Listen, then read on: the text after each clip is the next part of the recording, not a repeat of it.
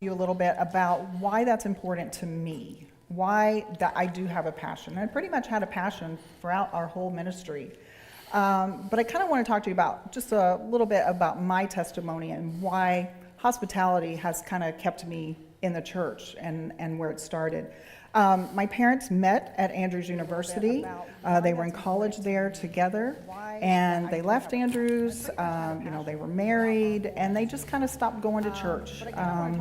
My dad had kind of a tumultuous childhood, and so he just really didn't want to go, and then my mom just kind of followed suit. So when I was born, didn't go to church.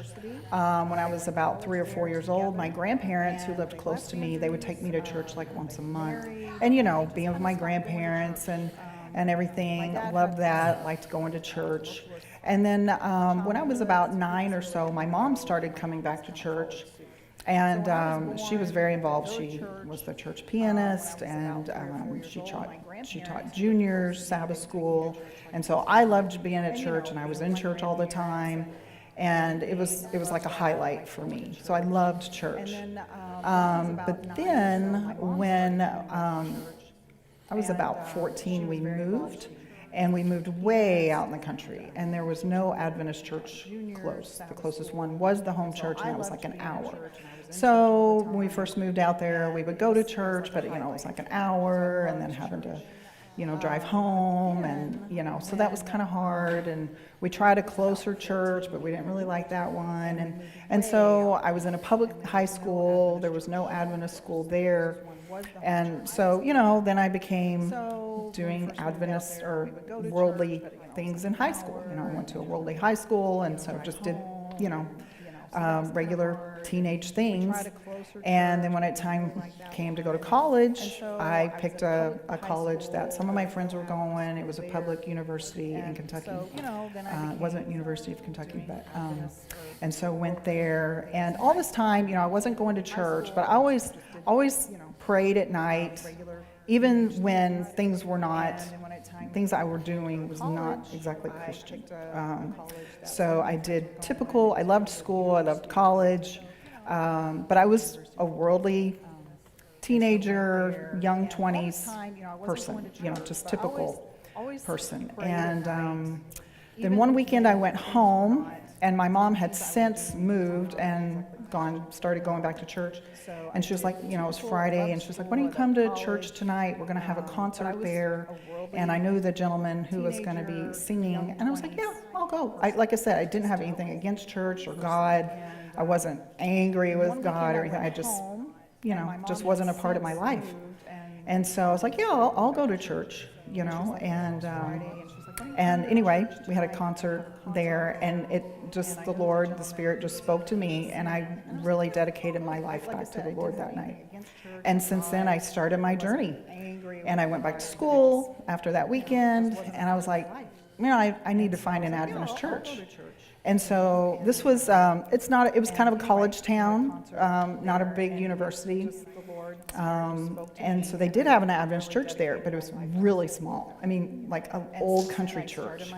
And the pastor was a retired pastor. And it was funny because he'd get up here and he was talking and he was preaching. There's maybe 25 people in the congregation. I was clearly the youngest, except for like 2 little bitty kids. But and the pastor would be talking, and then all of a sudden he'd forget what he was going with, and his wife would be sitting on the front pew, and she goes, "You're talking about this." "Oh, yes, that's what I'm talking about." And he'd get going, and she was like preaching like half the sermon, so it was kind of funny. But they were just a wonderful church. They loved me, and this elderly lady, she would invite me home often. And I just thought it was being sweet. Actually, I think it was because I go to her house and then she'd tell me what to cook. And so I'd fix lunch at her house. But anyway, they were really sweet. And they loved me. And so I had that experience. And then, going home, I'm still in college. So I'm still coming back to the Lord. I'm still doing some things I probably shouldn't be doing. And definitely not dressing very Christian, ladylike. But I remember going home, to where my mom goes to church, where I grew up in the summer, going to church, and people just loving me. People just loving me in spite of, way too much makeup, jewelry, and really, really short skirt, and, all of these things. But they just loved me, and I just, I didn't really think about it then, but I look back on it and I was like, what if they wouldn't? What if they had been critical, like, oh, what are you wearing? Or, you just don't look very godly. What if they'd said or looked at me funny? Maybe my experience would have been different. What if that country church wouldn't have cared? Wouldn't have said, oh, it's just a university student. What if they had been critical? What if they had not taken me in? And so I go back on that and think, wow, how are our churches treating our young people or anybody that comes in that maybe doesn't look like that? So that's kind of stuck with me. And so for that reason just kind of helps me to have that personal story, that's what I want to be. I want to help others to feel at home when they come to church. So let's kind of bring this closer. I want you to raise your hand if there's someone that you're praying for, son, a daughter, family member, coworker, that you love that aren't in church anymore.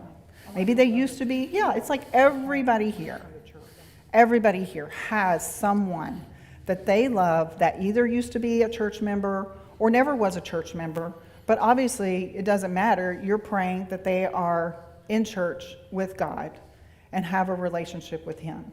And that is kind of where we're talking about. Let's just say that person, so you're praying, right? You're praying that person, your son, your daughter, whoever, your friend, your coworker, you're praying that they'll come to church, that God works on their heart, that they want to come to church. So maybe they live here. Maybe they live in the area and you're praying that they'll come to church with you. Or maybe they live in another state. Maybe they live in Texas, right? And you're praying, Lord, I just wish they would go to church. I just pray for them that your Spirit will be poured out. I'm just praying that they'll go to church. And what happens? One day you get a call. You know what? I feel like I want to go to church.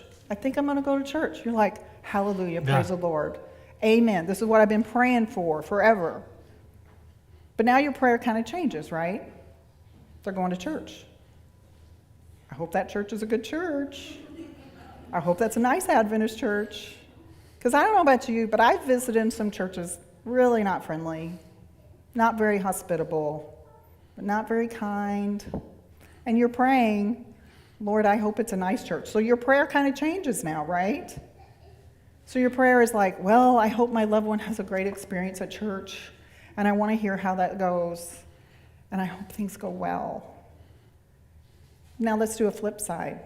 What if somebody in Texas has a son who lives in Lacey, Washington, and they're like, you know what, Mom, I'm going to go to church, and I want to find a church, and there's a church here in Lacey that I'm going to go, and I'm going to go next Sabbath. And what if that person comes here next Sabbath? How does that make you feel as a church? You want to make sure that as you're praying for your loved one, maybe here, maybe not, maybe in another state, you want to be that person that welcomes somebody else's loved one across the United States. You want to be that welcoming person. We want to be that kind of church. And that's what it means to have biblical hospitality.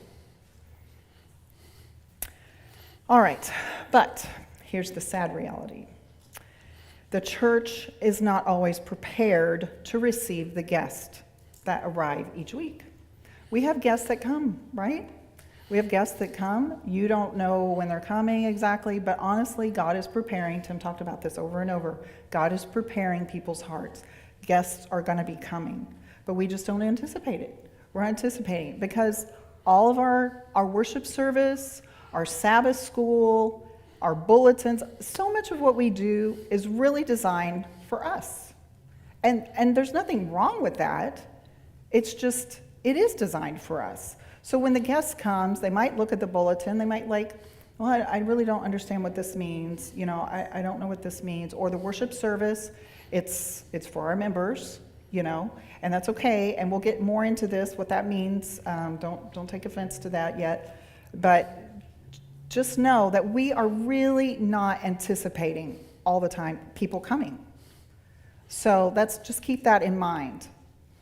And also, the church membership actually pays little attention to guests. And why is that? And my first thing is, people are busy. Okay? It's not that people are bad. It's not like we don't want to be talking to guests. We're busy. You think about it, especially a young family, you've got to get these kids ready for church. You've got to get their pretty little dresses on and little bitty suits on, and you've got to get out the door. You've got to get breakfast. You've got to get their diaper bag. You've got to get the church Sabbath bag. You've got to get all this stuff. You're running out the door. The wife might teach a cradle roll class. The husband might teach an adult Sabbath school class. It's an elder. Somebody's a deacon. Somebody's on potluck duty. You're busy, busy, busy. You're coming to church and you're like, oh, I don't know if I know that person, but I can't talk to them right now because I've got to go to this Sabbath school class and I've got to do this, and I want to see my friends because, my friend, she has a horrible time right now and I'm praying for her all week and I want to check in on her. And, so we're busy. Again, it's not that we're not trying to exclude people, not trying to be rude, but we just are busy and we're wanting to see people, certain people, and so we can just kind of miss that opportunity. So again, the church membership pays little attention to guests. And then also the church lacks a system of following up on guests. So maybe you have a visitor, maybe you have a couple that come. Did anybody connect with them? How do we connect with them afterwards? Are they going to come back? God is drawing people to your church. This is like free evangelism. You pay tens of thousands of dollars to do evangelism just to get one person in the door. These people are coming for free, and we don't want to miss that opportunity. But we have to be able to follow up. We have to be able to connect with them and to be able to say, hey, we're so glad you're here. And, we'd love for you to come back, And so kind of how do we find out about that contact information? We're going to talk about that a little bit later. So, very good. This is very much a sad reality that we face in our churches, and we're hoping through our time together today we can help kind of bring awareness to how to fix some of those things. I like this statement from Ellen White. It's from the book Acts of the Apostles. She says, "Many have an idea that they are responsible to Christ alone for their light and experience, independent of his recognized followers on earth. Jesus is the friend of sinners, and his heart is touched with their woe. He has all power, both in heaven and on earth, but he respects the means that he has ordained for the enlightenment and salvation of men." All right, before I read that last sentence, read that one again. So what's about to come is the means that Christ has ordained for the enlightenment and salvation of men. How has God set aside the method for the world to know about God, the enlightenment, and eventually save humanity? He directs sinners to the church, which he has made a channel of light to the world. There you go. He's going to direct people right here. People are going to have an experience, and they're going to come right here. Now, think about it. If they're going to have an experience, and God is going to bring them here, because that's his ordained method for the enlightenment and salvation of men, we need to be prepared for it. We need to partner with God. And it's true, Andrea was saying, sometimes we as a church, we kind of focus on ourselves a lot. And I'm not saying we should ignore ourselves. We're part of the body of Christ, and we're all growing in a relationship with Jesus too. We all have issues that we're struggling with, and times our faith struggles. So of course, we need to make sure we're okay too. But the mission of the church is to seek and save the lost. And he is actively wanting to draw people here. And imagine if we were ready, how many more people he would draw if we're here. His Spirit is within us, and he's directing people to us so that we can personally connect with them, and they can see Christ in us and begin growing in a relationship with him. I want to tell you a story of a man named Irvin. I met Irvin a few years ago. It's when I was pastoring a church in Louisville, Kentucky, and Louisville, if you're from there. And I met with him in his home, and he had visited our church, and I met with him in his home, and he told me the story I'm about to share with you. This is actually a screen capture of him sharing his video testimony, but I want to share that with you. Not the video, but I'll just tell you the story. Irvin did not grow up in a Christian home. His mother was a Seventh-day Adventist, but when she got older, she started dating a guy who was not a Christian, just no church whatsoever, and she ended up marrying him, and they ended up having children. Irvin was one of their children, and they grew up in just a non-Christian, traditional American home. Now, he did connect with his uncle occasionally, and his uncle was a Seventh-day Adventist Christian. So he kind of knew something about Seventh-day Adventists and Christianity, but not because it was anything in their life. They didn't maybe go to a wedding or a funeral, so they went to a church, but no church involvement or religious involvement of any kind.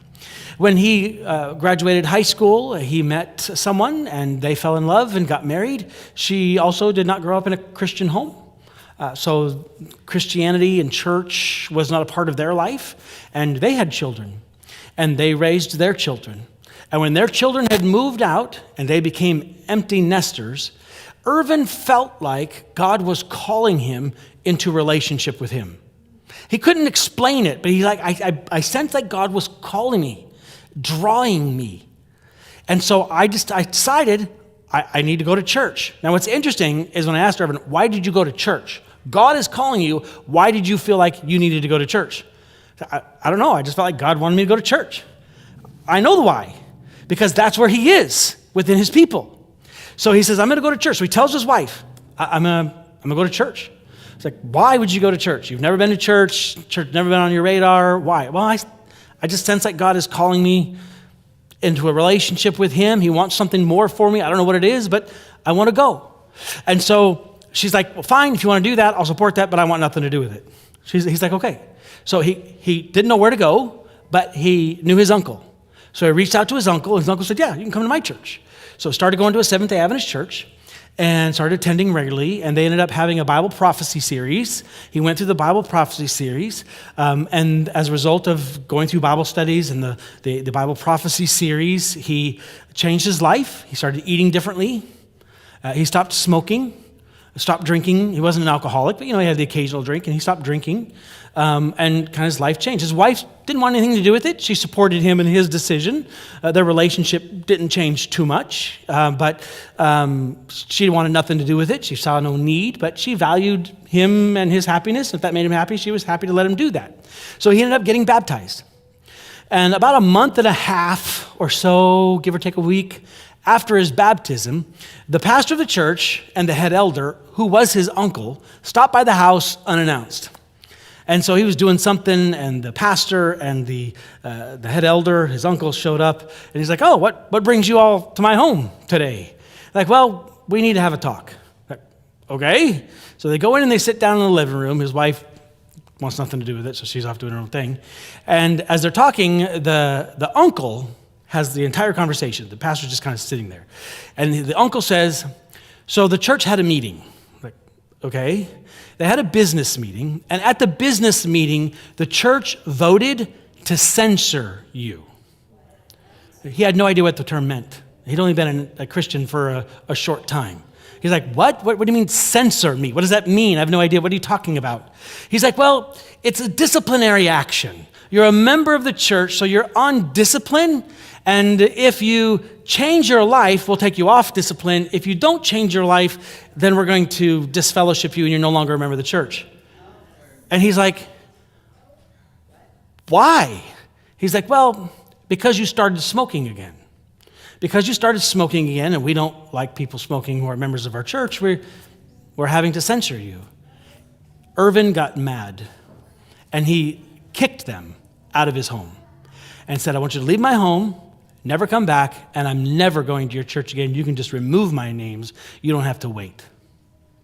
And they left, and his wife kind of overheard a little bit, not quite sure, got angry, so she comes out afterwards like, what's going on? It's like, they were disciplining me as a church. I don't even know if you could pronounce the word. They're disciplining me as a church.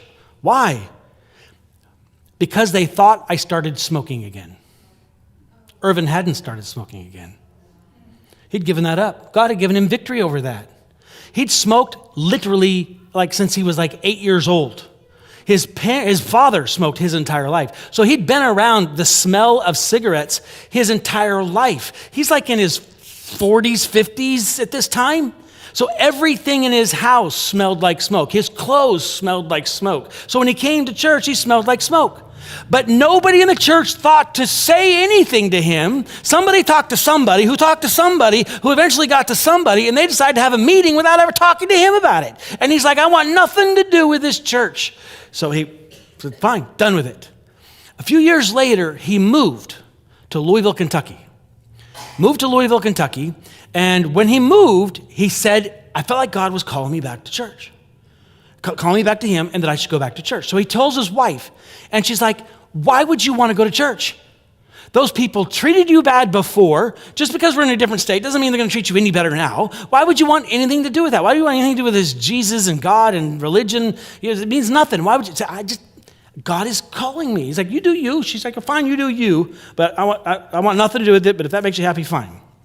So he gets up and he goes to church. Saturday morning, gets up, he goes to church. When he gets to the church, they're just finishing Sabbath school, Bible study time before the worship service. And he goes in, nobody greets him in the hallway. Lobby, nobody. He goes into the sanctuary and he sits in a class that's finishing up. Nobody talks to him. After the class is over, people get up and kind of repositioning for the worship service. Nobody talks to him. Gets to the worship service. Nobody talks to him. Service is over.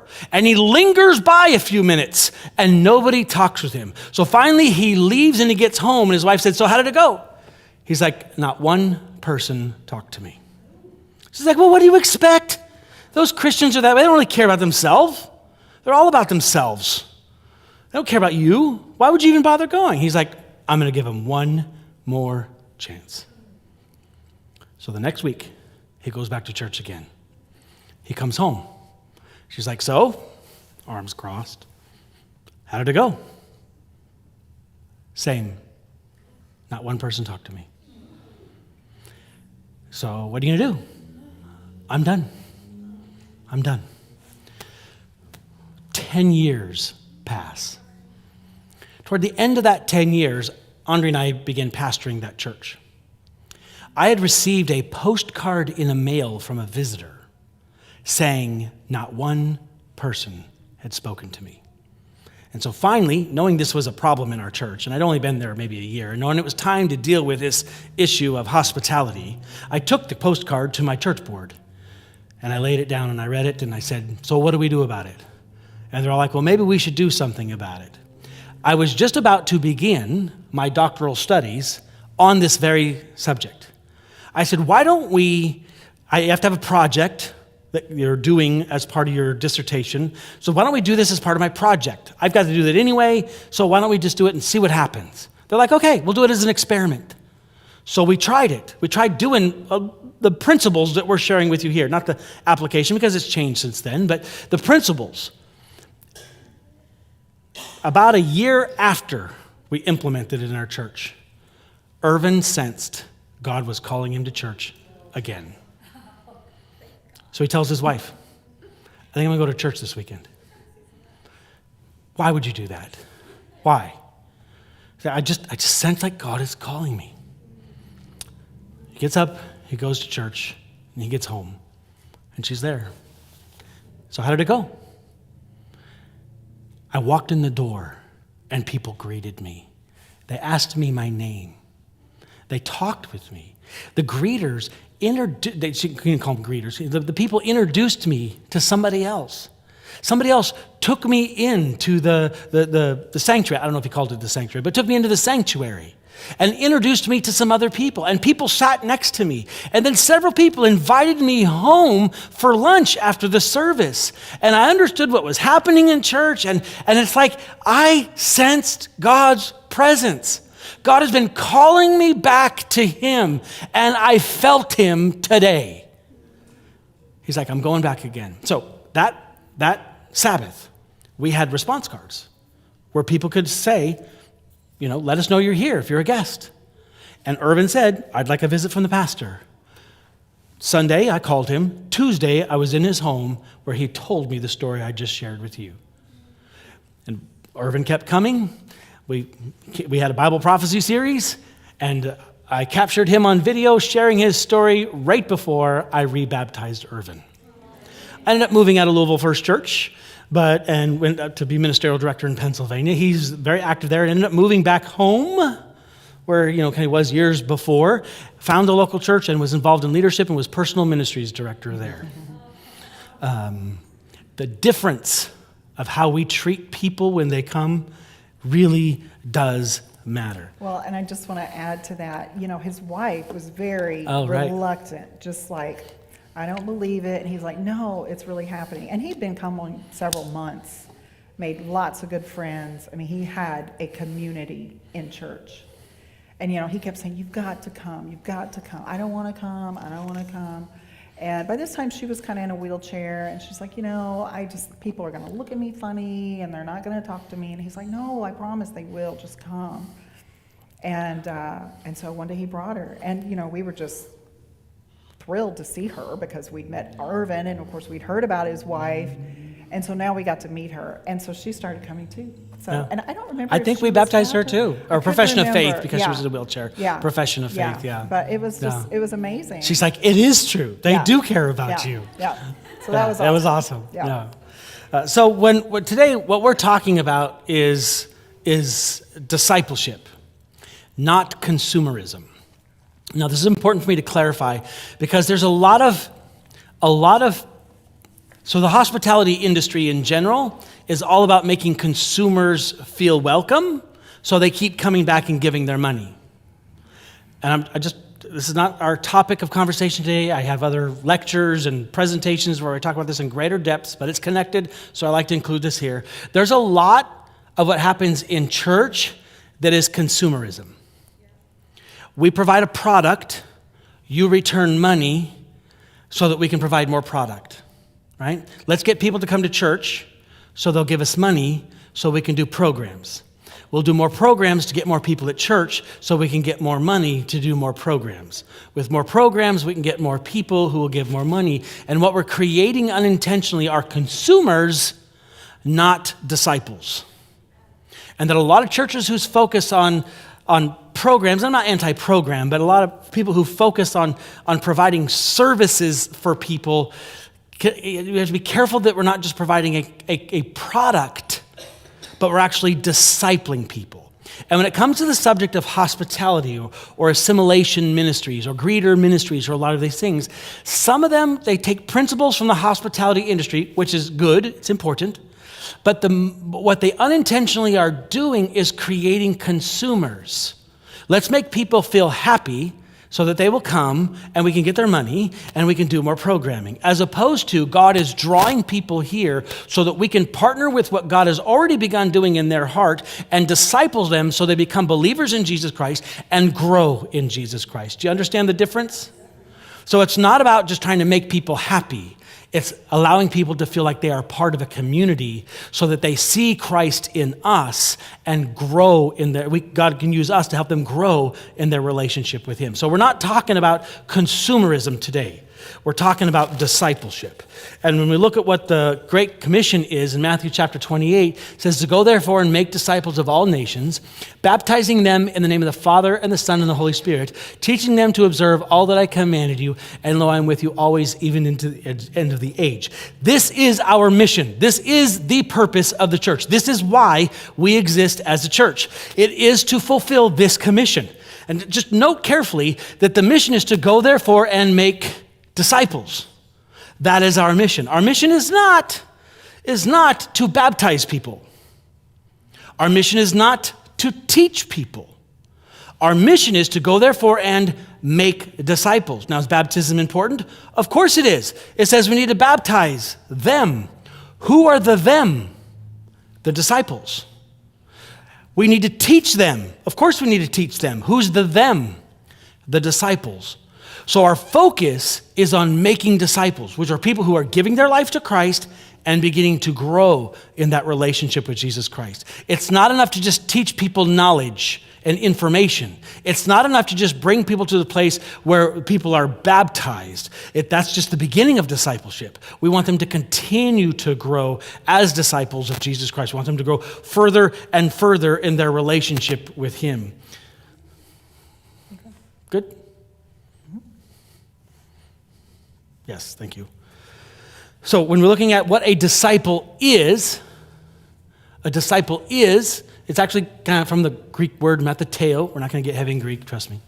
To be a disciple of one, to follow his precepts and instructions. Or in the Christian sense, to be a follower of Jesus' teachings and life. So when we're talking about making disciples, we're talking about people who are surrendering their life to Jesus Christ, right? That's not a small step.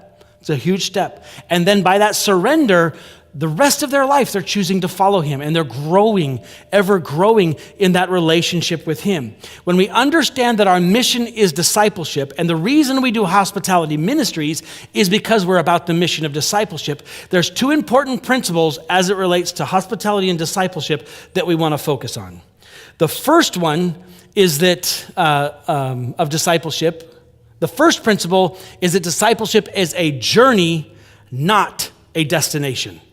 Discipleship is a journey, not a destination. Again, this goes back to how we tend to focus on baptism as the goal. And a lot of churches have great ministries to try to bring people to the place of baptism, but they have little to follow that. How do we intentionally disciple them? Think of it this way. Andrea was talking about our son, Ethan, who was born while we were pastoring this church. She spent a lot of time back in that mother's room those first 2 years while we were here of his life. But now our son is almost 25. He's living on his own. He's paying all of his own bills. He's paying his insurance and his rent. He has a job, a full-time job. He has his own medical plan. He's involved in a local church. He's a member of a church, returning his tithes and offerings, involved in ministry. One of the first ones there every Sabbath, one of the last to leave. He's got an extracurricular fun job of umpiring baseball. He is an adult that is now adulting. He did not get from that little baby in that back room to an adult living on his own by accident. We did not have the goal to raise a child. We had the goal to raise an adult. And we parented him so that he would be living on his own, doing what he's doing now. And he's so grateful for it. It was hard, because that meant he had to do his own laundry when he got to a certain age. That meant he had to take his own responsibility for certain things when he got to the appropriate age to do that. But we were training him to be a mature human, not a baby any longer. And when we're talking discipleship, it is a journey. Baptism is the beginning of the discipleship process. It is not the end goal. Our goal is for them to come to Jesus, surrender their life to him, of course, but then that's just the beginning of their discipleship journey, and we want them to continue to grow until eventually they're making disciples of others. We want them to be mature disciples whom God is using to disciple other people. This is a process of growth in the relationship, and hospitality is key to that because God uses people to help people grow. Think of it this way. Sometimes, a fun activity, take a piece of paper, a blank piece of paper, you can use a lined one if you want to, and just create a graph of your spiritual journey, wherever you think it starts to wherever it is today. And when you were far from God, it's down lower on the paper. When you grew in your relationship with God, you go up. And just kind of chart out, kind of think through, I went through that dark phase where it went down, and it's kind of a place where it's kind of Laodicean, kind of flat. But then I had this personal revival in my life and got involved in ministry, whatever. Just kind of, and you'll note, once you kind of chart that out, you'll note that those times when it turned upwards, God used somebody else in your life to accomplish that. He brought somebody else in, maybe somebody who was already there, or he brought somebody else in your life at that time that he used to do that. He's going to bring people here to help come into a relationship with him, and many of you will end up discipling so that they will become mature believers in Christ as well. Exactly. And the second part of discipleship is discipleship happens through relationships. Kind of Tim touched on that. But how do you disciple somebody if you don't get to know them? If you just oh, hi, that's not discipling. guests come in, we want to include them, things like that. They get a part of our church or whatever. But discipleship happens through relationship. We need to make a conscious effort, kind of prayer focused. We need to be praying for other people. Whether they've been here once, maybe they've been here several times, maybe they haven't come at all, but we need to keep this prayer focused. We need to be aware of people that come in the church. Maybe they're guests, but maybe they've been an Adventist for 10 years. It doesn't matter, they're still a guest. We want to treat them like that. We kind of want to find out where they are on their spiritual journey. Maybe they come, maybe they're just passing through town, things like that. But we want to look for people that come into church. Maybe you're fairly new to the church and you don't know everybody. And you say, well, I don't know everybody, so maybe if somebody comes in, maybe they're already members. I do that all the time. Okay, we've gone to churches. I'm the new pastor's wife. I introduce myself, I've been at this church for 30 years. Oh, okay, well, that's wonderful. Well, I'm new. So, it's okay. You don't have to be the perfect person, but just try to make somebody feel welcome. Kind of just, again, learn where they are. Maybe, like I said, they're passing through. Oh, we're Adventists. We live in Florida, and we're coming out here, and we're visiting, and, and they just come. Oh, that's great. We're so happy to have you. Probably won't see them again, and that's okay, because they're just passing through. But maybe it's somebody that God is really drawing, and we just need to connect with them. If we can just try to relate with them, and maybe you can't relate with them, then introduce to somebody that they can relate to. So it's very important, discipleship, relationships. I'll just finish out with this section with this quote from Hebrews. Let us hold fast the confession of our hope without wavering, for he who promised is faithful. And let us consider how to stimulate one another to love and good deeds. That's discipleship. Stimulating one another to love and good deeds. That's the love and good deeds is like Jesus. Not forsaking our own assembling together, as is the habit of some, but encouraging one another, and all the more as you see the day drawing near. This is discipleship. It's people connecting and encouraging one another. Obviously encouraging ourselves as members of the church, but also new people who come and integrating them into a community and a context like that where we can encourage each other to live like Jesus. All right, so we have this divided into two sections. Anything else? I was just going to share a verse with you before we... please. That's okay. Before we conclude our first section. This is a wonderful verse. I actually found it maybe 3 or 4 months ago. I was just reading in Colossians, and it's Colossians 4, 5, and 6. So it's easy to remember, 4, 5, and 6. Conduct yourself with wisdom toward outsiders, making the most of the opportunity. Let your speech always be with grace, seasoned as it were with salt, so that you may know how you should respond to each person. I love this. This so spoke to my heart because it is so much about hospitality. Conduct yourself with wisdom towards outsiders. Outsiders are those guests that are going to be coming in. And wisdom. Conduct yourself with wisdom. That means, be careful. Be sensitive of what you're saying to them. Making the most of the opportunity.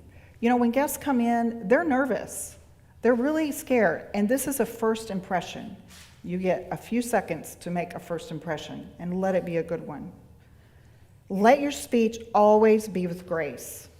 And, people come in, they might not look like you, they might not talk like you, and then I'm talking as a Seventh-day Adventist Christian, right? They might not dress like you, and they might not smell like us. Maybe like Irvin, he had the smell of smoke, but you don't kind of know their background, and it's okay.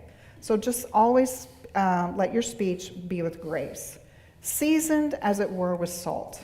We talk about being the salt of the earth. Salt makes everything taste better. Chips without salt, not very good. And, we need to put a good taste in their mouth. So let's just, by our kindness, be the salt. So that each person may know so that you may know how you should respond to each person. Again, getting to kind of know them as they come in. Just kind of find out where they are. Are they passing through? That friend brought them? Or just out of the blue, they decided to come. So it's kind of good to know that. Awesome. All right, so if you're following along in your outline, we're now going to switch over to the second side. But we're going to take a little break. It's the afternoon. We know people kind of get tired. You've had a nice potluck fellowship meal. So we're just going to take just a less than a 6-minute break. So the clock on the top says 2:54 and 13 seconds.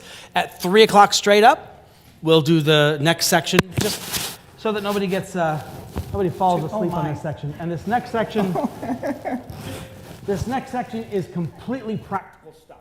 It'll be more ideas and principles, but practically based. So 4.5 minutes, 6.5 minutes.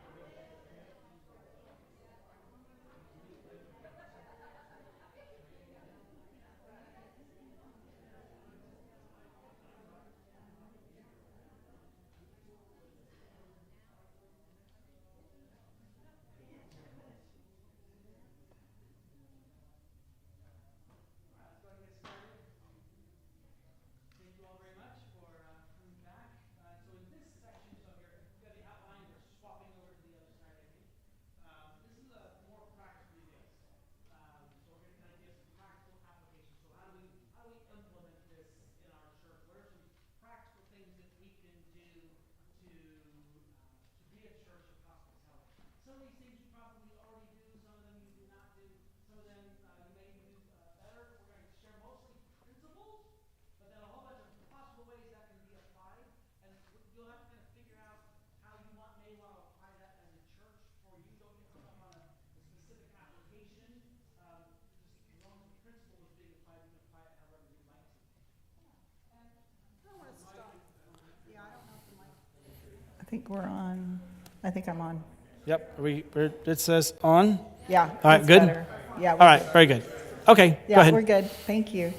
I wanted to start by telling a story about Dennis and Carl. Okay, so this is obviously Tim and me and the gentleman named Carl.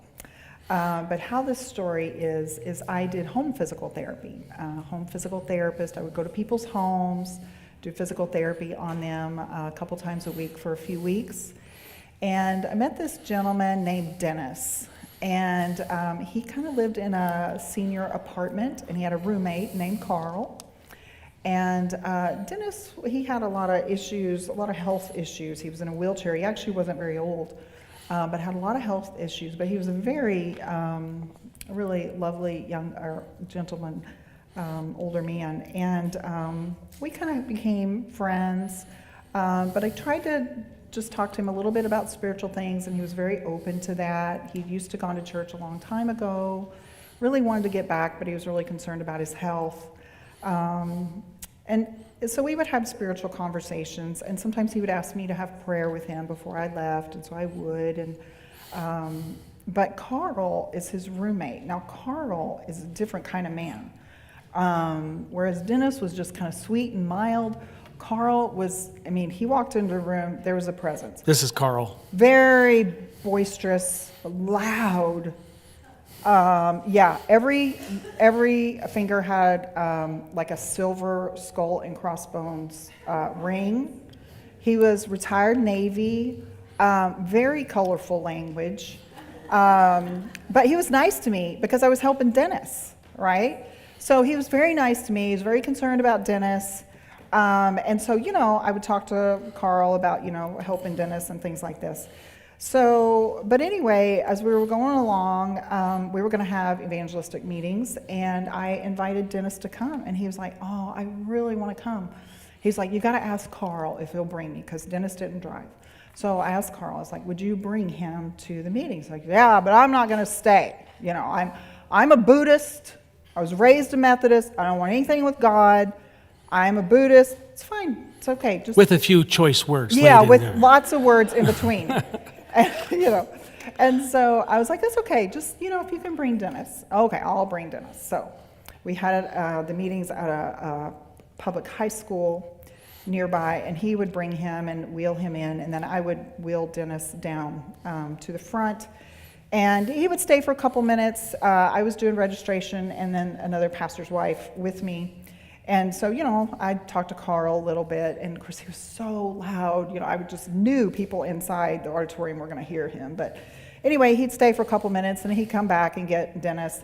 But each night that went on, he would stay a little bit longer. He'd want to sit and chat with us, and we would talk, and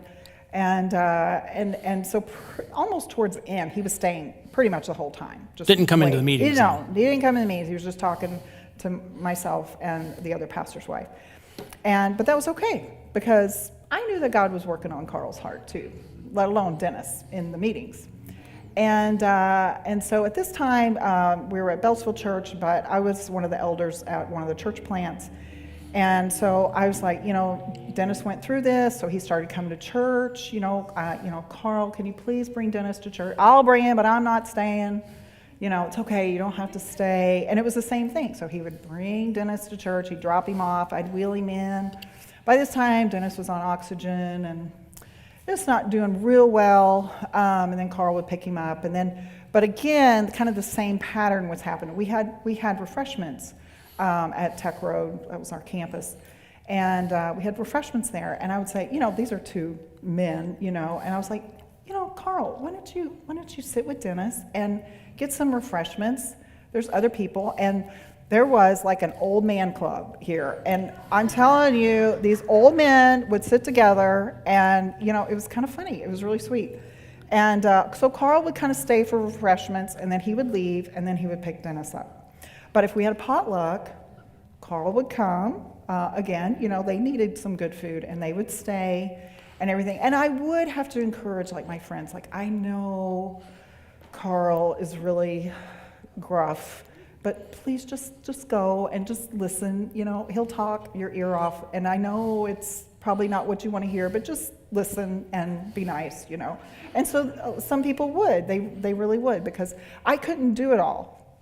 I'm busy. I'm an elder. I teach Sabbath school. I'm in charge of potlucks, and I'm co-lead of hospitality. I can't do that all, but I bring people in.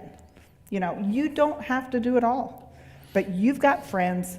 Help them help you, because this is important, because lives are on the line.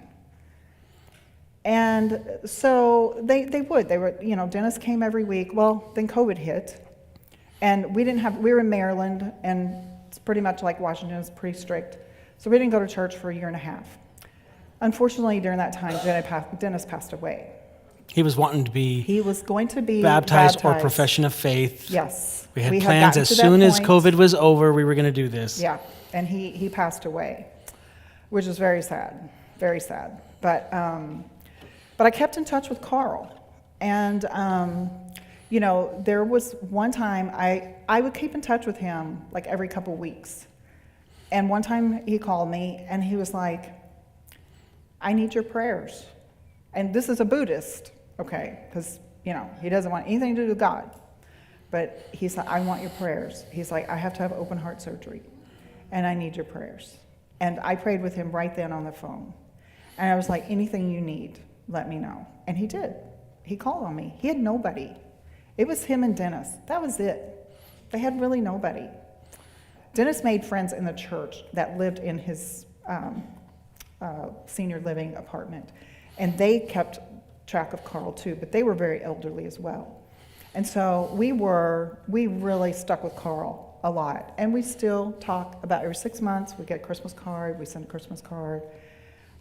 He would come to church with us every once in a while. Once COVID got over, we started going back to church. Yeah, once COVID was over, we would sometimes have outdoor church at a park, and he would come. And, it was really nice. And people really kind of started trying to warm up to Carl. And he's a hard person to warm up to. He's hard. I mean, this guy, he's right? I mean, just look. That's Carl. I mean, well, and that's the nice side. That's of the Carl. nice side of it, yeah. You don't want to get on Carl's bad side. Let me just tell you. And but he really came along, and I don't know where God's going to lead him.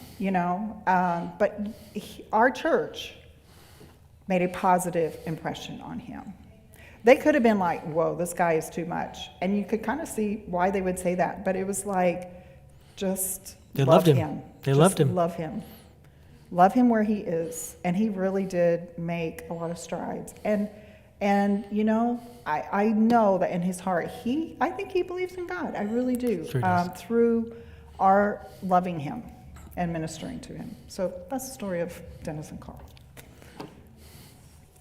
I want to move on now to, we talked about practicality. This is going to get really practical. Talk about the greeter ministry. Most first-time guests determine whether they're coming back based on the friendliness of the church. This is far and away the most important factor determining whether someone will come back or not. And I think I was talking to Rita. I don't know if she's here. I don't see her. And she told me that when she first came to church, and I don't know which church, I don't know if it's this one or another Adventist church or what, but she told me the guy's name, greeted her, his name was da-da-da, and she goes, I remember his name. I don't remember the sermon, I don't remember anything, but this man. And they started coming to church. I mean, it was just amazing. So greeters are really on the front lines. You are the first person people see. A lot of times, what's really sad is we go to the nominating committee, okay, who's going to be our elders? Who's going to be our deacons, our deaconess, Sabbath school? Okay, what do we have? Oh, yeah, greeters. Yeah, who's going to be our greeters? So-and-so, they're not doing anything. Let's just make them be a greeter. And we do that. I've seen it. I've been on nominating committees, and that's what happens. Really, greeters are your frontline people. These are your people. When guests or members, the members are very important as well. They come through. This is very important. I mean, how many times have you been? Happy Sabbath. Okay, I'm going to go talk to my friends. Oh, there's somebody else. Hi, happy Sabbath. I've seen it. I've been there. It's not an exaggeration. It's happened to me. Happy Sabbath handshake. Here's a bulletin. Yeah, that's your greeter ministry. That's not a greeter ministry. Okay, so let's talk about that. Let's talk about greeters. Okay, so that's a greeter. Okay, technically they greeted you. They said happy Sabbath. Here's a bulletin. But now let's talk about the difference between maybe a host and a greeter. What's the difference? What's the difference in, doesn't have to be name-wise, but as far as your mentality. Okay, so let's just give an example. It's Friday afternoon. I'm getting ready for Sabbath. I got stuff to do, I'm cleaning, I'm cooking, I'm doing all this stuff, and the doorbell rings. I'm not expecting anybody. I go to the door. Oh, there's a little girl, and she's selling Thin Mints. And she's like, hi, would you like to buy some cookies? Well, of course I want to buy cookies. 2 boxes. 2 boxes. Yeah, they're very expensive now. Yeah. But I buy cookies. Thank you so much. Okay, thank you. Have a good day. Bye. That's greeting, okay? Here's the difference with a host, okay? So I want to have people over for Sabbath lunch. So I'm going to call Kevin and Karen. I'm going to say, hey, I want you guys to come over for Sabbath lunch. Okay, great. Okay, so, just come over after church. You can bring just casual clothes because maybe we'll go for a walk afterwards. And they're dog people, we're dog people, so, And just come casual. And is there anything you're allergic to, Okay, good, because I just want to make sure, because I don't want to have peanuts and peanut sauce and then you're allergic to peanuts. Okay, so, and I want them to feel comfortable. I'm expecting them. I'm anticipating their coming. I want everything to do to make their coming. And maybe I'm having other people. So, Sabbath afternoon, I had gone home from church, I hear the doorbell. I'm expecting them. I go to the door, oh, it's Kevin and Karen. Welcome, so glad you're here. Let me take your coat, because it is Michigan, it gets cold. And come on in, have a seat. Oh, I want to introduce you to some other people, and just be comfortable. Maybe I've got some little hors d'oeuvres to serve to you. I finish up cooking, I make sure that, table's nice and set, the house is clean. I make sure everybody's comfortable. We have a nice meal together. I anticipated them coming. I want them to come. I'm not just saying, oh, hi, come in. There's a meal there. Okay, I'm going to do whatever I've got going. No, these are my guests. And I want them here, and I'm going to treat them like I want them here. I want them to be happy because I want them to come back. And that is the difference between greeting somebody and hosting someone. So again, you can call them greeters, you can call them hosts, it doesn't really matter, but that's the mindset that we need to have. You want to anticipate, you want to connect. Also, you want to remember their name, right? You don't want to be like, that's hard. Names are hard, right? And I noticed some of you did name tags, that's awesome. And also, to get to know somebody, you have to spend time with them, right? You can't just, if you have somebody over, if you're thinking about, you want to get to know them. What do you do for work? Your kids, what do your kids do? All of these things. Introduce them to others, have other people, have a friend group, things like that. But it's different than just a greeting. So you definitely want to do that in your greeter ministry. And it's very important to train your greeters in this. Because we're all new. If you've never greeted before and you do that, take somebody under your wing. Show them how it's done. You've been there. You first time you greeted, you probably weren't really good at it either. And it's okay to disciple someone in that area to make sure they kind of know how. So we also, with the greeter ministry, always want to have, and I noticed you had that here today, you had 2 greeters, or at least 2 greeters, and that's wonderful. You have to have at least 2 greeters. Because what if somebody comes in and they're like, they come in, it's like, oh, we're so happy you're here. And then, but you've got other members coming in, right? So you don't want to be like, hold on, I got to talk to my friend for a couple minutes. No, that other greeter can do that, but you're focused on that guest. We're so happy you're here today. Have you ever been here before? No. Well, we want to welcome you. Listen, if you need to go to the restroom, let me show you where the restrooms are.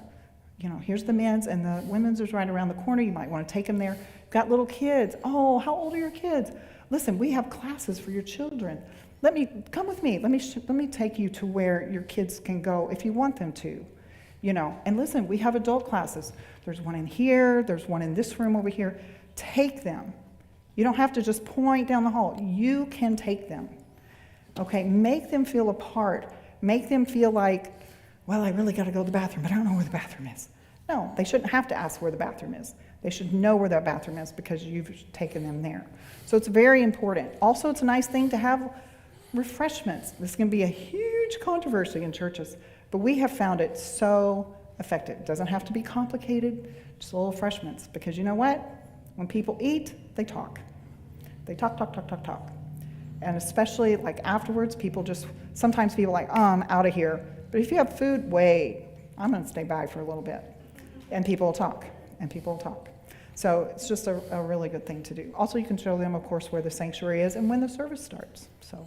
Awesome. I think the key is to have a specific strategy as a team as to how you're going to be able to connect with the people that are coming and make sure everybody knows how to do that. Another area we want to talk about is the physical plant itself. So when a guest comes to church, all their senses are engaged. They hear and smell and see everything. As a church member, when you come, that's not necessarily the case. You kind of go in and you don't notice things like you notice things. Like for us, we haven't been here in years, and so when we came in, we noticed things look different. They're different than the way when we pastored here. The church office was at that end. That was the fellowship hall on this end. There was no balcony. It was. So we're just like noticing everything that's different, right? Everything is different up here except I think the windows and this piece of wood. I think everything else is different, right? And we just noticed that because this isn't where we normally are. You who attend regularly, you don't notice stuff because that's just the way things are. Guests notice things. So they notice if it's too hot or too cold. You just know. You just bring the extra clothes, or you know to wear something more light and more airy so you don't sweat and stuff. Right? You just know that. Guests notice the smells. You don't notice them anymore. The mildewy smell, you just don't notice it anymore, but they know it. The stains, they see them, you don't see them. There's this principle when it comes to the physical plant that's important to understand. When something is out of place, you immediately notice it. But when it's been out of place for 5 times, you no longer notice it because your mind thinks that's where it belongs. So if there was an event like today, and let's say, for example, we were using something that required an extension cord, and when I was done with the extension cord, somebody had given it to me. I don't know where it belongs, but I don't want to leave a mess, so I just kind of wind it up, and I just set it right back over here by this plant. Next Sabbath, when you come to church, everybody's going to say, that orange extension cord doesn't belong there. You'll notice it, but you don't know where it belongs, so nobody touches it. So it just stays there. The next Sabbath, second Sabbath, that's still there. I wonder whose job that is to take care of that. But you forget about mentioning and asking and looking. By the 5th Sabbath, you don't even notice it anymore because that's just where it belongs, right? I was teaching this very principle to a group of pastors in Oklahoma. I travel around. I teach pastors in a Master's of Pastoral Ministry program, and I was in this kind of like a fellowship hall of this church, teaching these pastors for a week. And I was teaching on this principle. And for my illustration, on the side of this fellowship hall, there was this big log that was just kind of leaning up against the wall on the floor on the right. And so for my illustration was, instead of the extension cord illustration, I said, let's say for the sake of illustration that somebody brought this log in here. Now, I have no idea what that log's there for. But let's say somebody brought this log in here to use as an illustration or a prop for some special event that they had here. And after it was done, whoever brought it in was too busy to take it out. And they just left it there with full intention of doing it later. But because they're not regularly in the fellowship hall, they do stuff everywhere else in the church, but not in the fellowship hall. They didn't see it. But the first Sabbath, they had pollock in here. People noticed it. And then after 5 times, nobody notices anymore because in their mind, that's where it belongs. So I shared that illustration. During the break, a pastor comes up to me and he says, you're not going to believe this. I'm like, what? I used to pastor this church, and I brought that log in here for an illustration. I forgot to take it out. And I've not pastored here for over 2 years. everybody just assumes that log just belongs there. Nobody knows whose it is or why it's there, and nobody moves it, and they don't even notice it anymore. And we don't notice things either. We don't notice the stains. We don't notice the smells. We don't notice the weird sounds, because that's just the way it is. That's just the way our bathrooms are. They just smell that way, or they just look that way. We just don't notice certain things anymore. But guests, all their senses are engaged when they go in to a location, a new location, and they're nervous, and so everything is on fire going, and they see and do all those things. I remember I came to a church visiting a pastor in his church, and in the lobby of the church, right, you walk in the lobby, right in the middle of the lobby, big, huge stain, big circle stain. I'm like, whoa, what's this? He's like, oh yeah, a few years ago, there was this windstorm that came through and the steeple moved. That is big, gorgeous steeple. It moved, didn't come off, but it moved, and it caused a leak, and the water dripped through and caused a stain. We've cleaned this carpet so many times, but that stain just cannot get removed. I'm like, so are you going to do anything about it? He says, oh, that's been years ago now, so we don't even notice it. I'm like, I noticed it.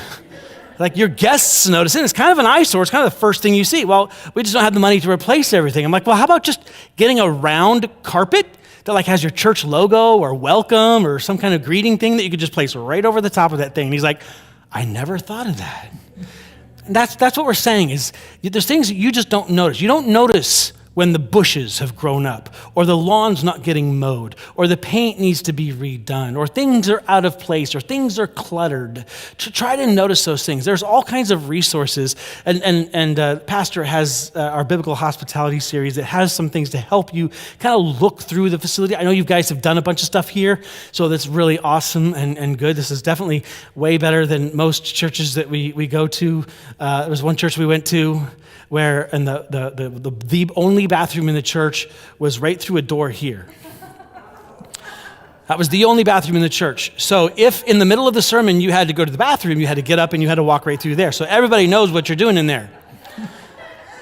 To add to it, they had just remodeled it, and there was no doorknob on the door. So they had a hanger that they put on the door that said open or close. And you turned the hanger around depending on whether it was available or not available. And I'm thinking, what does open and close mean? Does close mean nobody is in here, or does open mean you can come in? I don't understand it. So I'm like, I'm holding it. The last thing I'm going to do is get up in the middle of the service and walk up there and everybody know, well, you know what he's going in there for, and then walk in on somebody that I clearly missed because I was focusing on the service. So either I got to focus is to see when somebody clearly goes in and I see they clearly come out, and then hope everybody's like kneeling for prayer so I could go up in there. I just decided not to go at all. But the church members in this church, that's just the way it is. That's just the way it is. So we notice those things. So try to do that. Interestingly enough, it applies at home too. So we're in the process of building a barn on our property. Nice barn. And I needed my pickaxe, which nothing is in the barn because it's being built. So I got it out of my garage and I took it over to the barn to do some stuff. I'm done because I can't keep it in the barn yet. So I went to take it, put it back in the garage. But on my way back in, I went in the front door. I'm not going to carry this muddy, dirty pickaxe in the front door. So I just set it next to the front door. How long was it there for? Oh, like 6 weeks. Until I finally put it by the garage. Because I hardly noticed it anymore. That's just where it belongs.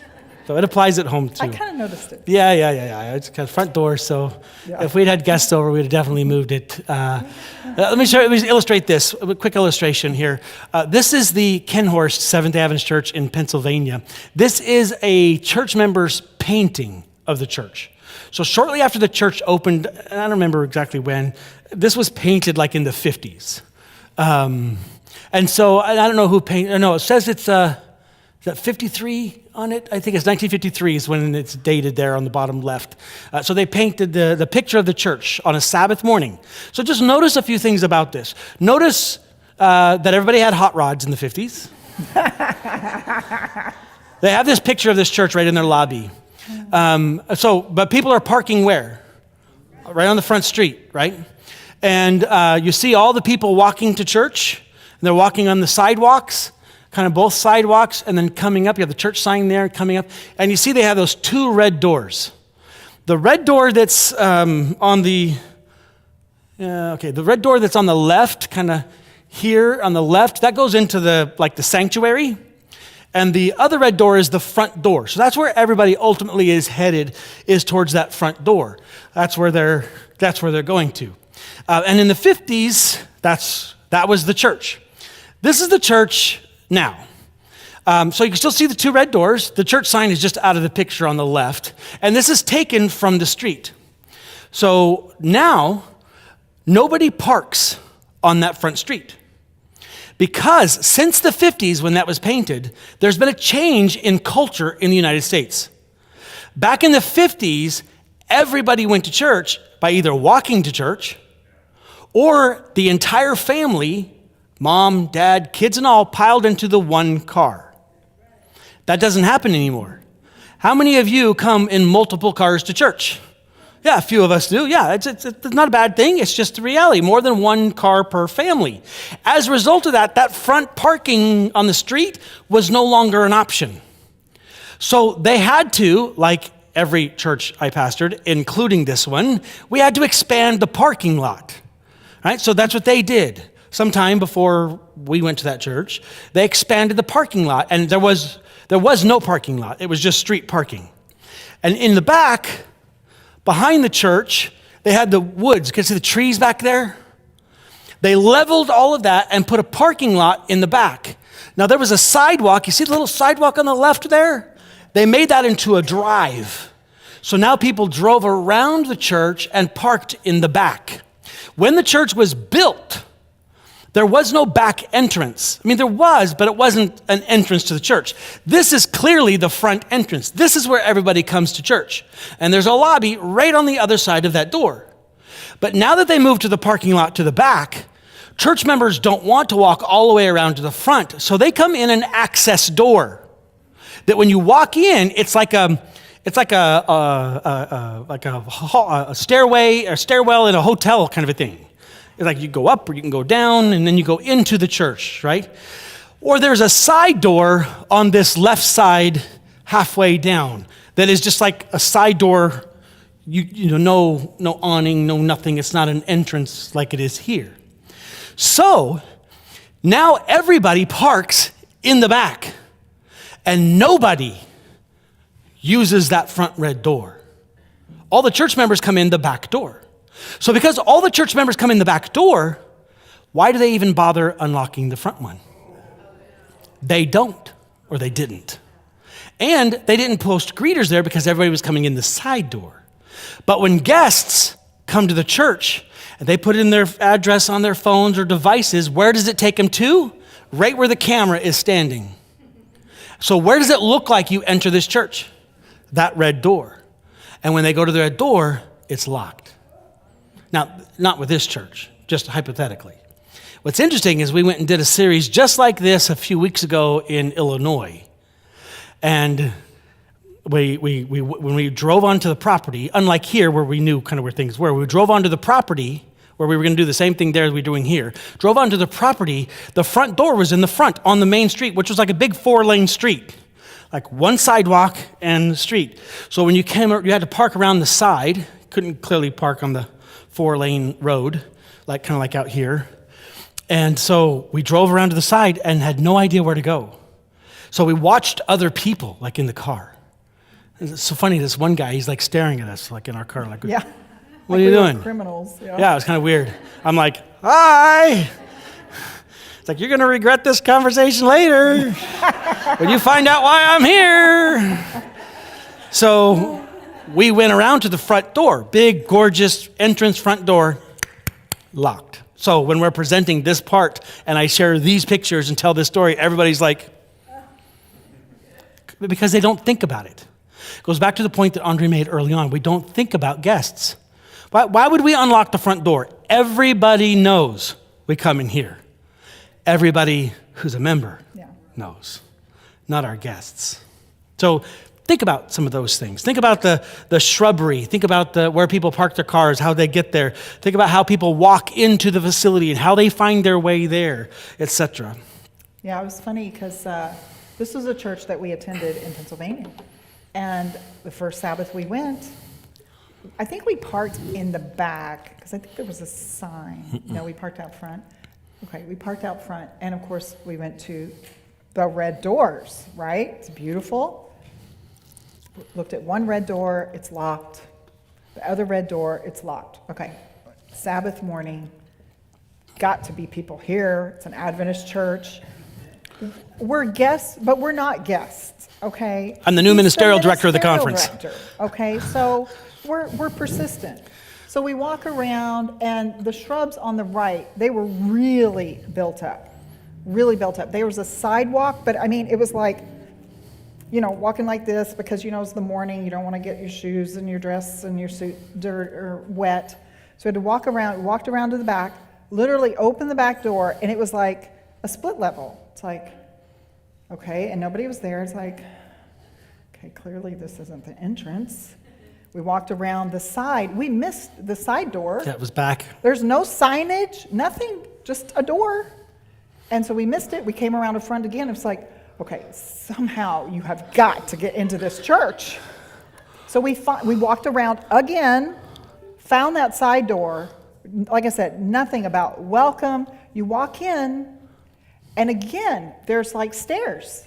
It's a little bitty lobby, very small, but then there's another door, and they had like a little window, and it's like, oh, I see people in there. Open that door, and then there's your lobby. It's like, God, it's like, they don't want people here, And so that was really, now, I will say, we did present at that church, and they were like, oh, wow. And they have changed a lot of things. They cut a lot of that shrubbery back. So if you did park on the street, you could go there. They have unlocked the red doors. They have made signage so that you could see the actual door that people go in, so it actually sticks out, so that you can see it from afar instead of going right up to it. So they have done a lot of improvement. In fact, with our series, our biblical hospitality kit, there's videos that we made, and they were actually made in that church. So, because they had done a lot, and they really wanted to work on it, and they really did. And they found massive difference. improvement, and they wanted to do Yes. it for others. So when we had church service, if you see, you guys have a copy of the Biblical Hospitality Kit. The pastor already has it. So hopefully you'll go through it. And there's church services. Church members came out for special filming, volunteering to go through a mock church service to film this because they wanted to make a difference for other churches like they had been impacted by it. Yeah, and it has helped. But they did a good job. They've really changed. But we kind of want to move into the worship service, okay? So the worship service is about connecting everyone present, members and guests, to God in worship. Since God works through people to reveal his will, it is important that the worship service allow an opportunity for people to not only connect with God, but with each other. So obviously, worship is about God, right? But yes, connecting. We want to be able to connect. And, I don't know how your normal service does that. I don't know if you have a time where it's like, if there's somebody, or not just somebody you don't know, but just say hello to people around you. A lot of churches do that. Some people like it, some people don't. You kind of have to figure out what works for your church. But a lot of people are like, well, like if I go into a church sometimes and like, we're not speaking because I usually want to sit up front with Tim, but if I go into a church, like my church, and there's somebody I don't know, I kind of want to know like, oh, who are those people? And so I kind of want to sit around them. So I may not sit right next to them, but I might sit like in front of them at an angle or behind them at an angle, so that if there's a time in the worship service that I could say hello, maybe right before church or right after church, kind of strategic. But then there's some people that say, well, church, we need to be reverent. And we can kind of get into what that means, but just kind of short of it, some people just mean be quiet. And really, if you think about it, God has drawn your guests here. He wants them to be here. We are there to help minister to these people. Why would we not want to connect with them? What's more important, being quiet, or actually talking to people that God has drawn to your church service? So we just want to make sure that we remember that. We want to experience that. We want to worship God, but we want to also connect with others. So again, we want to speak to them as much as we can. Let me go into the next slide, or is there anything you want to talk about? Yeah. Okay. We want to talk about this Ellen White quote. This is really great. Never allow the interest to flag. Devise methods that will bring a deep and living interest into the new churches. All connected with the church should feel an individual responsibility. All should work to the utmost of their ability to strengthen the church and make the meetings so full of life that outsiders will be attracted and interested. All should feel it a sin to let the interest wane while we have such sacred, solemn truths from the living oracles to repeat over and over again. This is powerful. This is talking about the worship service. And I have been to worship service, and I know you all have too. You go to a church sometime, and it's like, oh my goodness, you're trying to stay awake. It's really hard because it's just boring. Never let the interest to flag, right? Do you know what flag is? I actually looked it up because that's an old word that Ellen White used in her day. Boring, okay? Never allow the interest to flag, to be boring, to fall off in vigor or energy. Okay, so we need to have that energy in our churches. They don't need to be boring. We need to be, it doesn't mean we need to do, crazy stuff, but it just, we need to have that interest. We want that as members, and our guests do too. So we want to have things full of life. You go into some churches and like, wow, something's happening here, and then you go in churches and are like, this is bad, and you kind of want that. You want that revival. And I've seen that. I've been in churches that it's just like, it's full of life. And people are wanting to love people and just have a community. And that's so important. So we want to keep that quote in mind. Another thing with the worship service is we need to kind of make sure that we are speaking so that we are aware that our guests. We do not have to water down the message. People's like, well, if you're going to do that, you're going to water down the message. No, you don't. No, we have, Ellen White said, sacred, solemn truths. And we want to present those. You never want to water down the message, but you can always be aware and say things to make it so that people understand. Our language is Adventese. Okay? We have our own language. And if you think about it, this is kind of an example. But we've all kind of heard this stuff up front. And if you're an Adventist, you know exactly what it means. If you say, well, in the union paper, we are going to have the ABC here. And, so come out tonight after Vespers and get your Big Franks. Now, to us, we know all of what that means. I'll be there. Yeah. Got to get They're your Big expensive Franks. now. They're expensive now. Yeah. Don't even, that's another topic. But we all know exactly what that is. But to a guest, I didn't know Adventists supported the unions. That's interesting. And what's a Vesper? Is that like a motorcycle bike? A Vespa? And who's Big Frank? I don't know. And the ABC, is that like a liquor? I didn't think Adventists did liquor. So, this is what they might be thinking. We know what it means, but they don't. So all you just have to say, and it could be like also at your school. So, like if you had school, if the school was here, like OCS was here,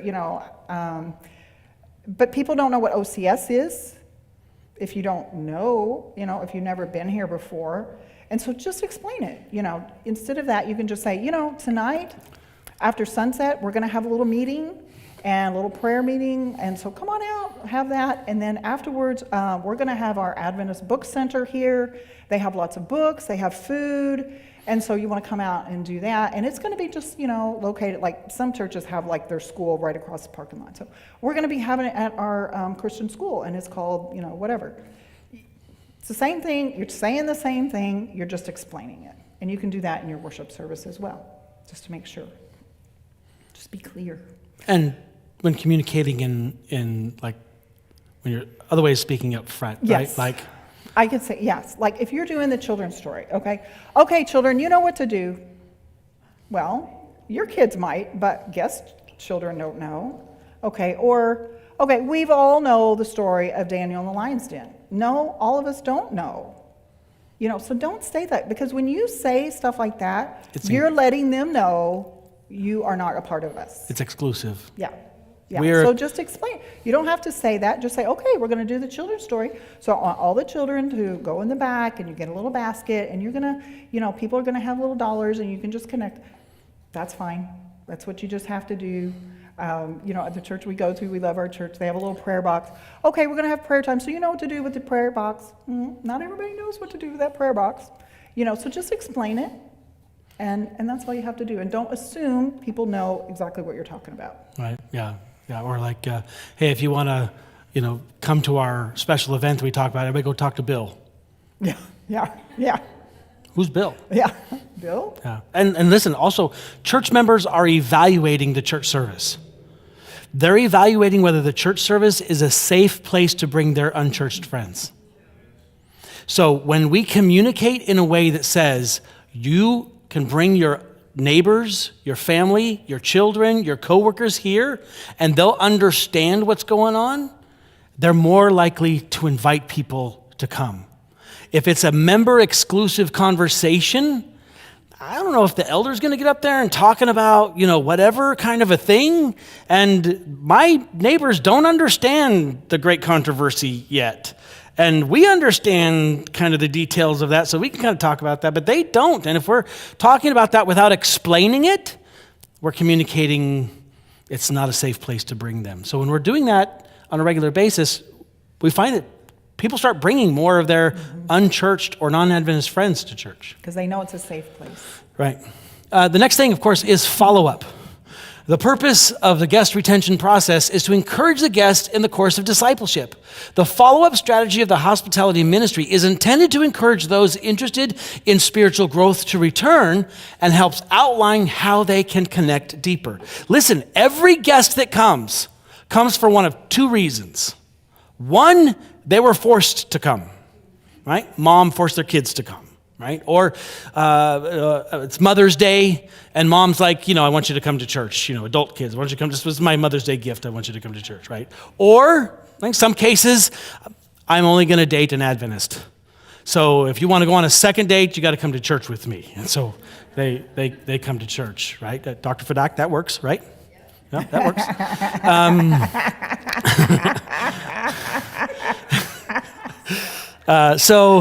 But that's really a small percentage of people.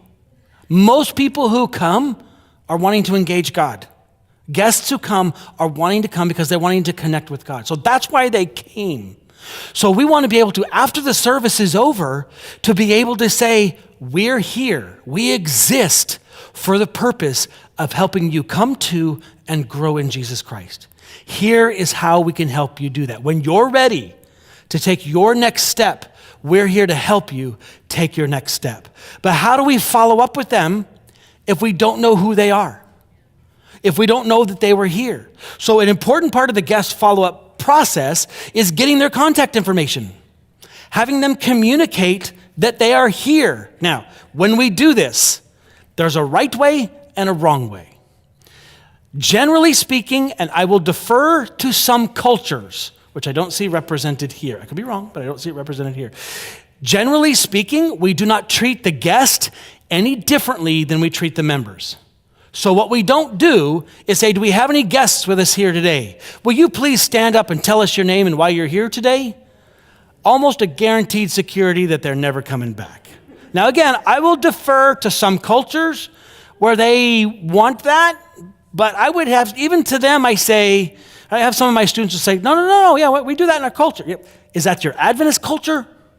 Or is that the unchurched culture? Because that might be your culture where you as Adventists do that, but the guests, that's not a comfortable feeling for them. Now the exception is like conference person comes in, or a politician, somebody special, comes in, a former pastor comes to visit. Hey, we just want to acknowledge you. Yeah, that's fine.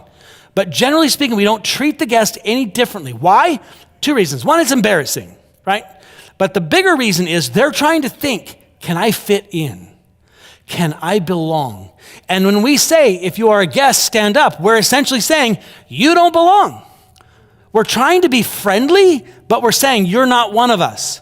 So when we treat them like we treat everybody else, they feel more a part of. Now, I remember I was in my church in Beltsville. I'd only been there a short time. And I was with my elders.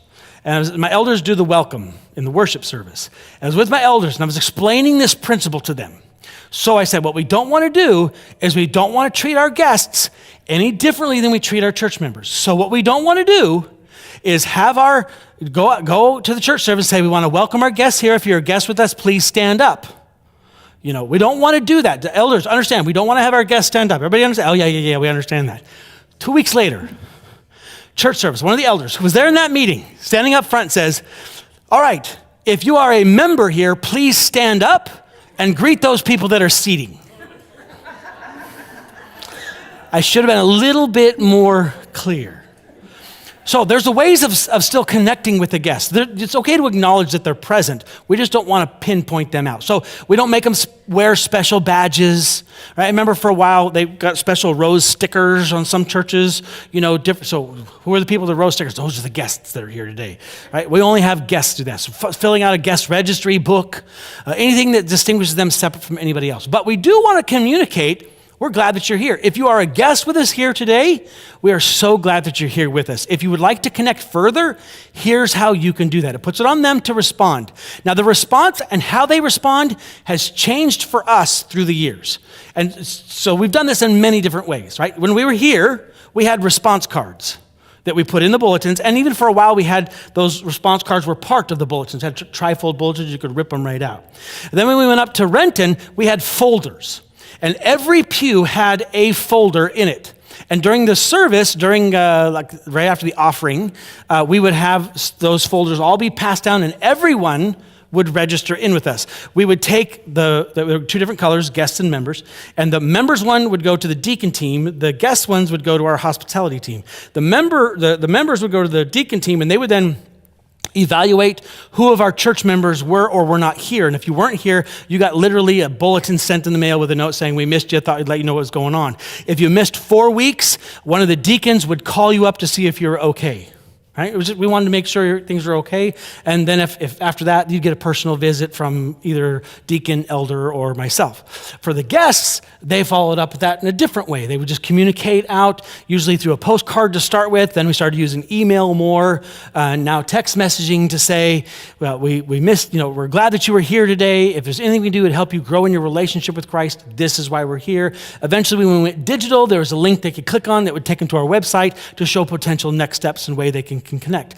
And so we did the folders, then we started doing response cards where everybody filled out the response card, and then we started moving to QR codes and text messaging. We did gift bags out front. If you're a guest, we got a free gift for you, etc. All different ways. It's up to them if they want to respond or not. We don't force them to do it. If they don't want to, then they're not ready. But when we let them go at their pace, but we communicate, we are here to help you take your next step in your walk with God, and we have a way of following up with that. It's amazing how many people will then respond and say, yeah, I'm interested in learning more about what it becomes a member or getting baptized or whatever, and they will respond to that, and then we have a way and a system of following up on that. All right. One of the things also I want to mention about greeters, again, your frontline people. You think about having greeters out, when people are coming in. But it is like the bookends of your service. Bookends start at the beginning, you have greeters, you also have the greeting team at the end. So then people are leaving, it's not like, okay, well, I guess that was good, I guess I'll just go now. No, have those greeters also there. So glad you came, and again, it's that follow-up, have the first impression and their last impression should be wonderful. People in the service, talking to them. And we go through this a lot more in our training about how to follow up and what you can do, after the service. People don't think really after the service, but that's as key as before the service. And so just having those greeters bookends that service, when they leave and stuff like that. I just wanted to conclude by talking to you about a girl named Krista. I was at Tech Road campus, and of course I was on the hospitality team. I had multiple hats. And I learned that a friend had invited her. He came to Tech Road about every other week, and he had invited this girl that he was kind of interested in. But he wasn't there that week, and I didn't know any of this till later. But anyway, one day, this girl walks in. We have 2 greeters at the door. This lady walks in, and the greeters talk to her. It's like, oh, I don't know if I've seen you before. And she's like, yeah, I'm here. I have a friend that goes here. And they're like, well, that's wonderful. And they're like, you know what? Our bathrooms are over here. But let me go ahead and take you into kind of more of a lobby area. We actually were in a ballroom. This is where we worshiped. It was in a ballroom. It's kind of cool. And we had a disco ball. We didn't turn it on, but still kind of cool. One time the kids figured out how. But anyway, and so one of the greeters brought her to, we had name tag stations and where it would like print out. And, so one of the greeters came and I was doing something, but I saw her, and, everybody should kind of be on alert. I mean, that was our team. We had monthly meetings as greeter, as hospitality ministry, monthly. Because this is very important. We had monthly meetings, and all of us, no matter what we were doing, because we were crazy busy, because we had to set up everything. We came in, it was a blank space. But I mean, everybody knew that if you saw somebody that you didn't know, you kind of stopped what you were doing, or at least somebody had to. So I was kind of in the area. Somebody brought her to the name tag station. They got her name and her email, and I saw her and I was like, oh, hi there. I don't know if I've seen you before. I was like, my name is Andrea. I'm one of the elders here. And she's like, oh, my name is Krista. I was like, well, it's great to have you here. And she goes, yeah. She goes, my friend Eric goes here. I was like, oh, I know Eric. He's a great guy. She goes, yeah, we're friends.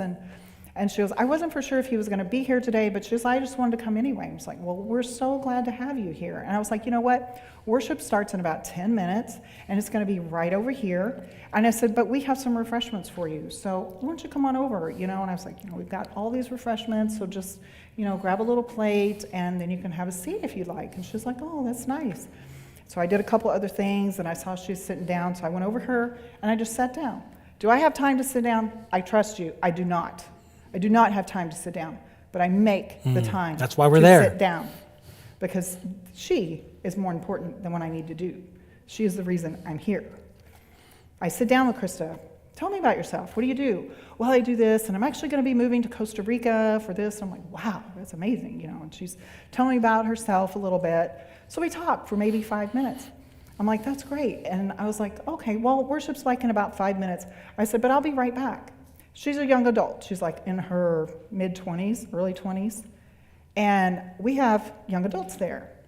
And I was like, so I go over and I get Rosie and Guillermo. I was like, Rosie, Guillermo, I want you to introduce you to people.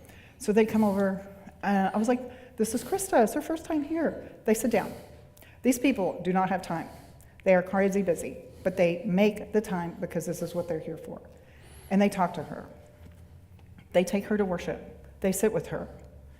After the service, I remember her name because I have to go over it and over it because I'm not good with names. Krista, Krista, Krista, Krista, Krista. And I'm praying as I'm doing everything else. Lord, I pray for Krista that she will have a blessed experience and she will connect with you. She leaves, we're getting, service is over. I'm doing stuff. She's getting ready to go. I'm keeping my eye on her, right? I'm putting chairs away. I'm putting, whatever away. But I got my eye on Krista. And I'm seeing that she's getting up. She talked to Rosie and Guillermo a little bit more. She's getting ready to leave. I make a beeline. Krista, I'm so glad you came today. It was really nice meeting you.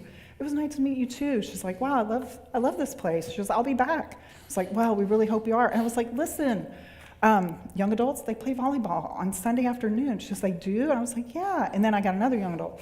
I was like, so-and-so is in charge of this, and they can tell you, oh yeah, we play volleyball. We'd love to have you there. She was at volleyball the next day. And guess who's back next Sabbath? Krista.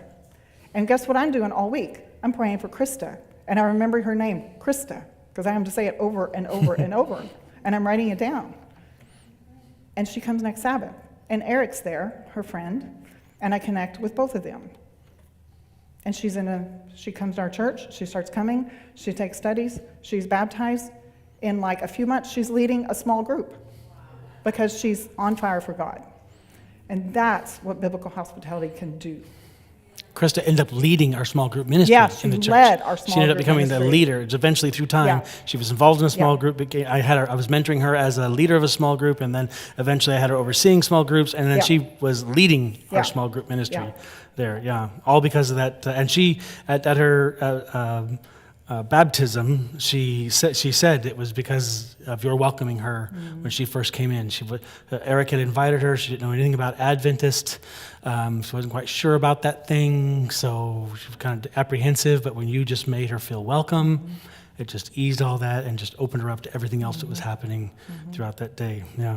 So we do want to let you know about the Biblical Hospitality Kit. This is a 5-hour training session. This is just kind of a quick overview. It goes into 5 hours of training designed for small group and leaders in the church. Pastor Sven said that they've already purchased a copy, and the hope is that after this, I don't know what the plan is, the hope is after this that you will, as a church, start going through this, and it's designed to take each of these elements kind of in different segments, and then take time as a church and say, so how does this apply to us?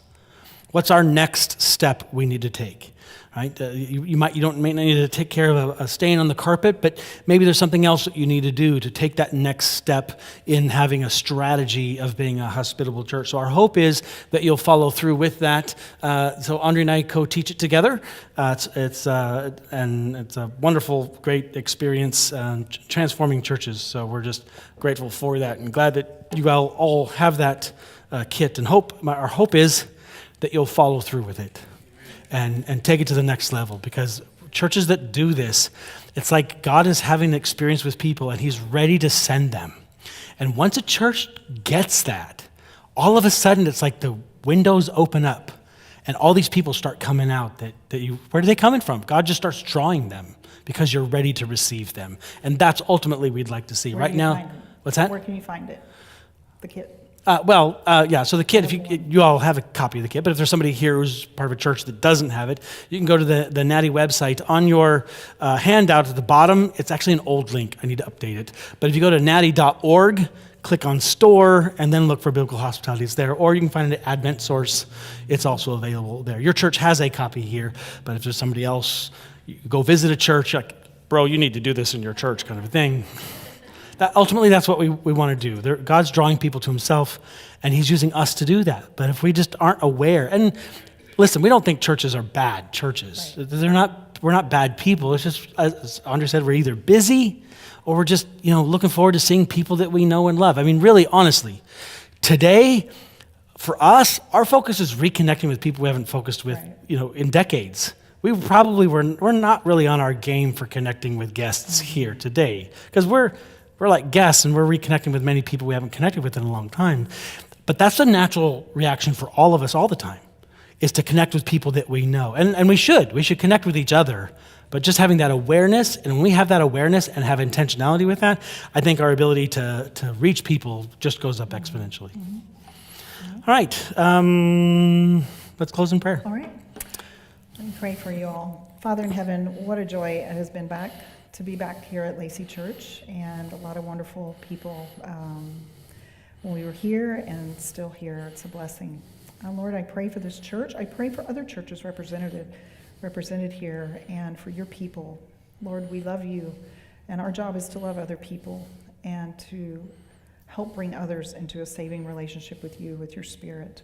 And so we ask for your Spirit to guide us. Help us just to be more aware of guests that you are drawing into your church. I pray for a blessing upon this church. In your name we ask. Thank you for the Sabbath. Amen. Amen.